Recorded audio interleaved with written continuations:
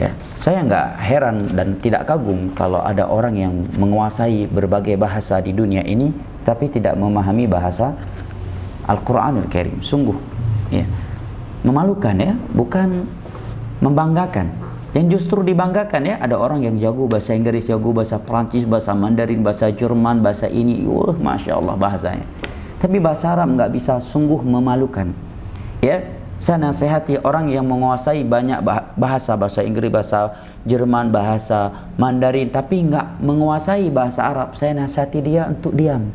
Jangan sampaikan kepada orang bahwa dia mengetahui banyak bahasa. Kenapa? Karena itu memalukan. Bagaimana tidak memalukan seorang Muslim mampu menguasai sekian bahasa asing tetapi dia tidak menguasai bahasa Al-Quranul Karim, bahasa kitab sucinya, kitab suci Rabbnya yang paling mencintainya, yang paling menyayanginya, yang paling banyak memberikan paling banyak ya, merahmatinya, Rabb yang paling ia cintai, bahasa Nabi SAW dan bahasa a'immatul muslimin. Nah, maka jangan sampaikan kepada orang saya bisa bahasa Inggris, saya bisa bahasa Jerman, saya bisa bahasa malu. Ya, malu akhi.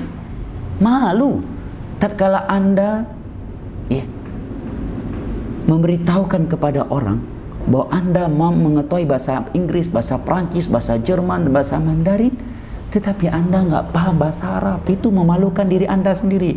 Jangan sampaikan kepada orang lain ya, apalagi membanggakan diri sendiri. Malu akhi ya, malu sama Allah, malu dengan hamba-hambanya yang saleh. Nah, barakallahu fiik.